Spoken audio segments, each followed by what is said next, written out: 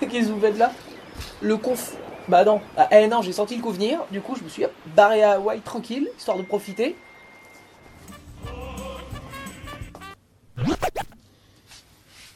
Ouais, bah non.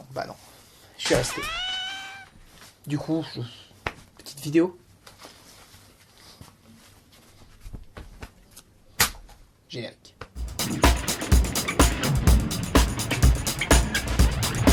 Aujourd'hui, nous parlons documentaire, en particulier 5, les 5, ce que je considère comme les meilleurs de ces 20 dernières années. On en parle tout de suite. Transition sans aucun rapport. Réalisé par le grand Werner Herzog qui aime à s'inclure dans ses sujets, Grizzly Man raconte l'histoire de l'activiste pro-ours Timothy Treadwell, qui perdit sa vie massacré par un grizzly. Eh oui. Alors, ce documentaire est vraiment passionnant par rapport au fait qu'il raconte le récit de la vie d'un homme qui était vraiment à part entière, sans pour autant négliger l'aspect écologique, mais aussi le rapport de l'homme face à l'animal. C'est une sorte de Tiger King avant l'heure, en plus cinématographique, on va dire, parce que oui, on y reviendra sur Tiger King. Mais ce documentaire est vraiment passionnant dans sa réalisation, dans la poursuite qu'il a de la vie de cet homme et surtout de sa résolution. Non, c'est vraiment un excellent documentaire que je vous conseille. On peut le trouver aujourd'hui principalement en DVD et en VOD sur internet. Alors, Bowling for Columbine.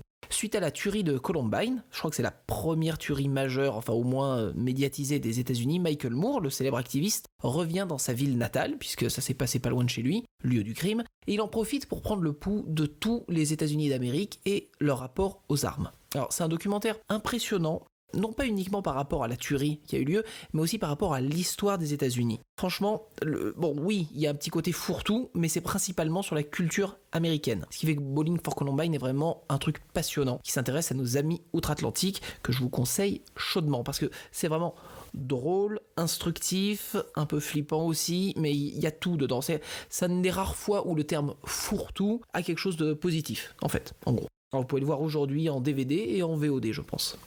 Wild Wild Country. Quand un gourou s'installe dans une ville utopique dans le désert de l'Oregon, les habitants se rebellent. Et l'histoire prend des proportions telles qu'elle devient rapidement un scandale national. Alors, c'est une histoire incroyable dont on a du mal à croire tous les faits, sincèrement, parce qu'on a l'impression d'être dans une véritable série. Il y a tellement de retournements, de trucs comme ça, qu'on n'a pas l'impression que ça soit vraiment possible. Et pourtant. Bon, cela est dû principalement au talent de l'équipe derrière le documentaire, parce qu'ils rapportent les faits de manière intelligente, de manière à structurer une forme de récit, pas documentaire, même s'il s'en est un. C'est vraiment une impressionnante exposition du fanatisme, même dans sa vision un peu pacifiste, mais ça montre aussi toutes les facettes différentes de l'être humain, en particulier la phase sombre, on va dire, évidemment. Vous pouvez le trouver principalement aujourd'hui sur Netflix. Évidemment, on allait en parler, c'est sûr, Tiger King, le combat d'un propriétaire de zoo pour le moins excentrique face aux activistes pour la protection des félins, ou comme ils disent aux États-Unis, les Big Cats.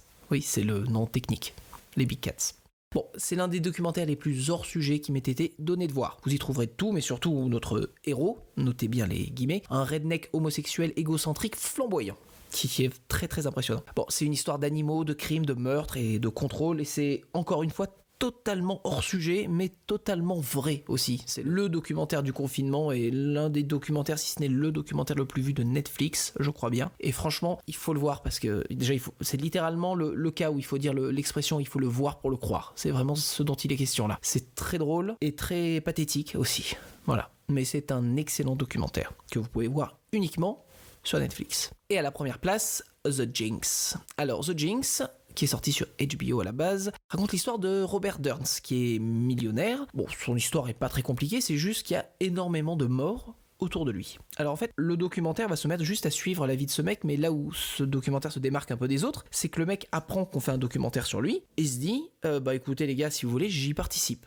Et donc on suit une enquête dans laquelle il est le principal suspect. Alors si vous êtes un tant soit peu fan de polar, je ne saurais que trop vous conseiller de vous ruer sur ce documentaire. Alors pourquoi je le mets à la première place ? Parce que, comment vous dire sans trop vous en dire, vous n'avez jamais vu un documentaire comme celui-ci. C'est un coup sur 1 million. C'est une véritable enquête sur un homme hors du commun. Et jamais vous vous sentirez, à moins que vous soyez vous-même policier, aussi présent d'une enquête qu'avec ce documentaire, sincèrement. Je le mets à la première place principalement parce que j'aime beaucoup les polars et compagnie, donc si c'est pas du tout votre kiff, c'est sûr qu'il vaudra mieux se rabattre sur Tiger King le numéro 2, mais si vous êtes un tant soit peu fan de polar, de serial killer, de profiling, ce genre de choses, ce documentaire est juste exceptionnel. Vous pouvez le trouver principalement en DVD et sur OCS. Voilà, en espérant que ma sélection vous a plu, je vous invite à mettre dans les commentaires votre documentaire préféré, ou au pluriel, il n'y a pas de problème. Et n'hésitez pas à partager, à liker cette vidéo, et d'ici là je vous dis amis du soir, bonsoir.